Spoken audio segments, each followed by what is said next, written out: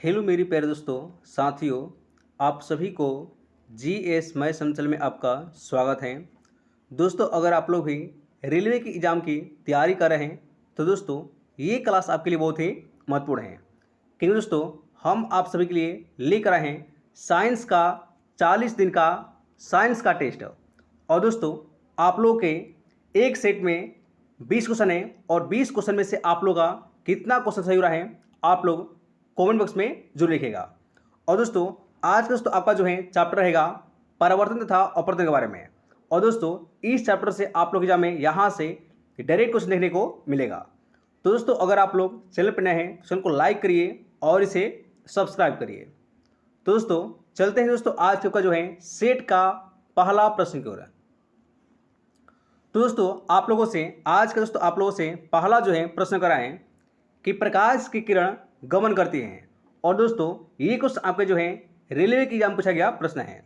तो आप लोगों से पहला प्रश्न कराएं कि प्रकाश की किरण किस में गमन करती हैं।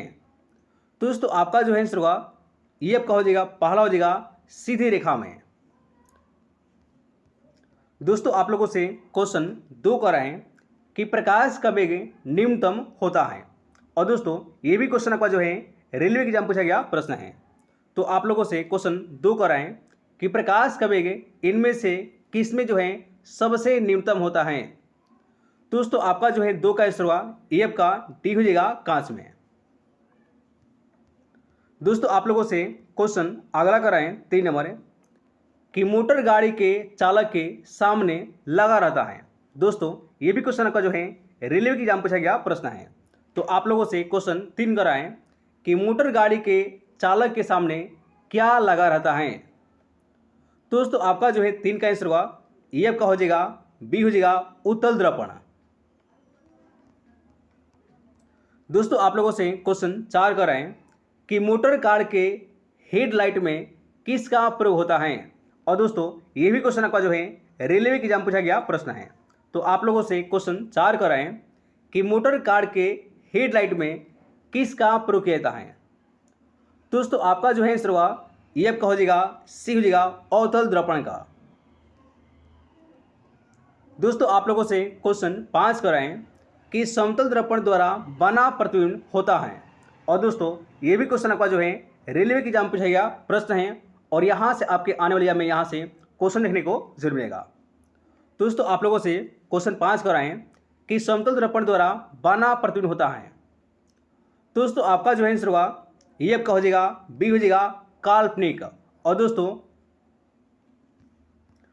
आप लोगों से क्वेश्चन 6 कराएं कि लेंस की क्षमता का एसआई मात्रक क्या है। और दोस्तों ये भी क्वेश्चन आपका जो है रेलवे की एग्जाम पूछा गया प्रश्न है। तो आप लोगों से क्वेश्चन 6 कराएं कि लेंस की क्षमता का एसआई मात्रक क्या है। दोस्तों आपका जो आंसर हुआ ये आपका ए हो जाएगा डायोप्टर।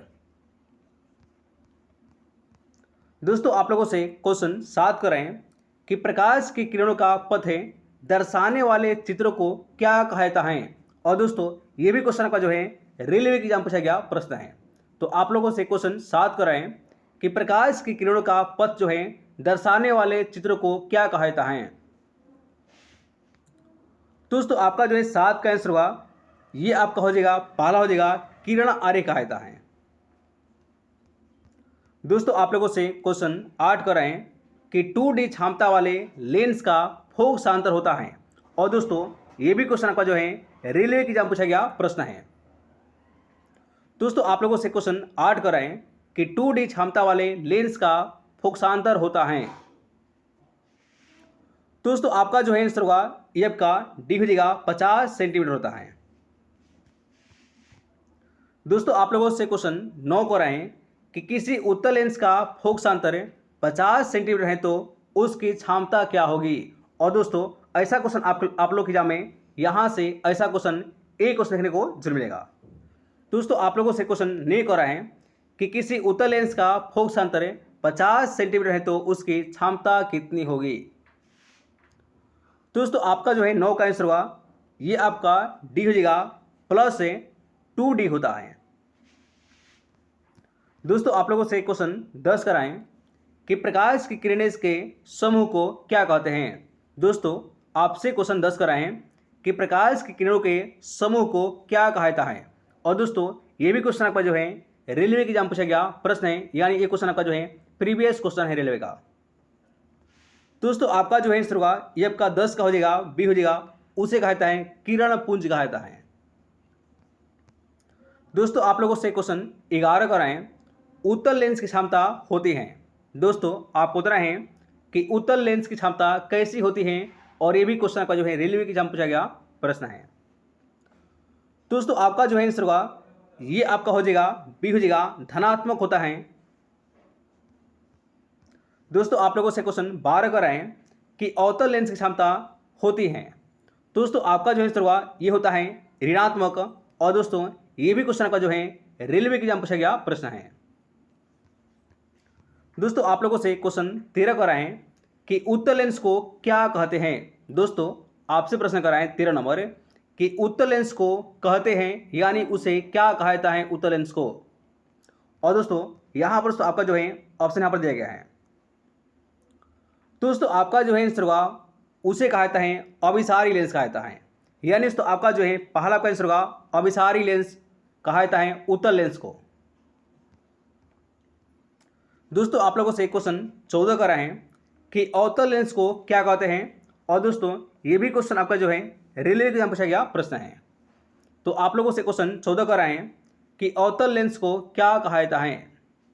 दोस्तों आपका जो आंसर होगा उसे कहा जाता है अपसारी लेंस कहा जाता है, यानी दोस्तों आपका 14 का सी हो जाएगा, अपसारी लेंस कहा जाता है अवतल लेंस को।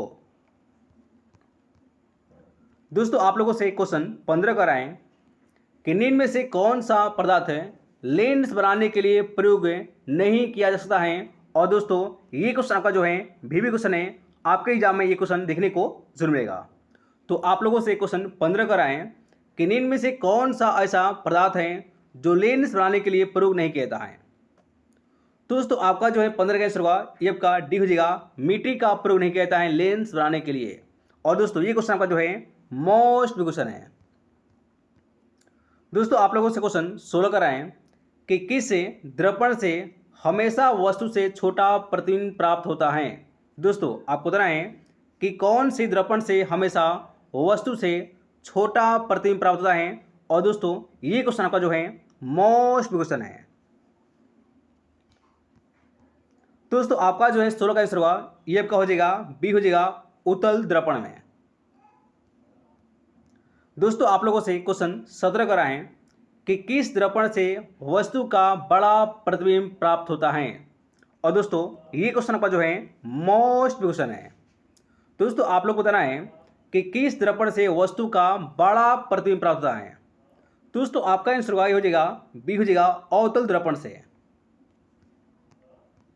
दोस्तों आप लोगों से क्वेश्चन 18 कराएं कि प्रकाश के परावर्तन के कितने नियम होते हैं। और दोस्तों ये क्वेश्चन का जो है मोस्ट क्वेश्चन है कि दोस्तों ये क्वेश्चन आप लोगों के एग्जाम में क्वेश्चन लिखने को जरूर मिलेगा। दोस्तों आपको बताना है कि प्रकाश के परावर्तन के कितने नियम होते हैं। दोस्तों आपका जो है 18 का आंसर होगा ये आपका बी हो जाएगा, 2 नियम होते हैं। कितने? प्रकाश के परावर्तन का है चाहे अपवर्तन का है, इसके मात्र जो है 2 आपके नियम होते हैं। दोस्तों आप लोगों से क्वेश्चन 19 कराएं कि जब प्रकाश की किरण हवा से कांच में प्रवेश करती है तो मुड़ जाती हैं। दोस्तों आप लोगों से क्वेश्चन 19 कर रहे हैं कि जब प्रकाश की किरण हवा से कांच में प्रवेश करती हैं तो वे मुड़ जाती हैं। और दोस्तों ये क्वेश्चन आपका जो है रेलवे के एग्जाम पूछा गया प्रश्न है। दोस्तों आपका जो है 19 का आंसर होगा ये आपका बी हो जाएगा, अभिलंब के निकट, यानी दोस्तों आपका जो है 19 का बी हो जाएगा, अभिलंब के निकट मुड़ जाती हैं प्रकाश किरणें। और दोस्तों आज का दोस्तों आपका जो है लास्ट प्रश्न कर रहे हैं 20 नंबर कि फोटोग्राफी कैमरा का अभिदृश्य होता है। दोस्तों आप लोग बताना है कि फोटोग्राफी कैमरा का अभिदृश्य कैसा होता है। और दोस्तों इस क्वेश्चन के आप लोग के आंसर जो है कमेंट बॉक्स में देना है।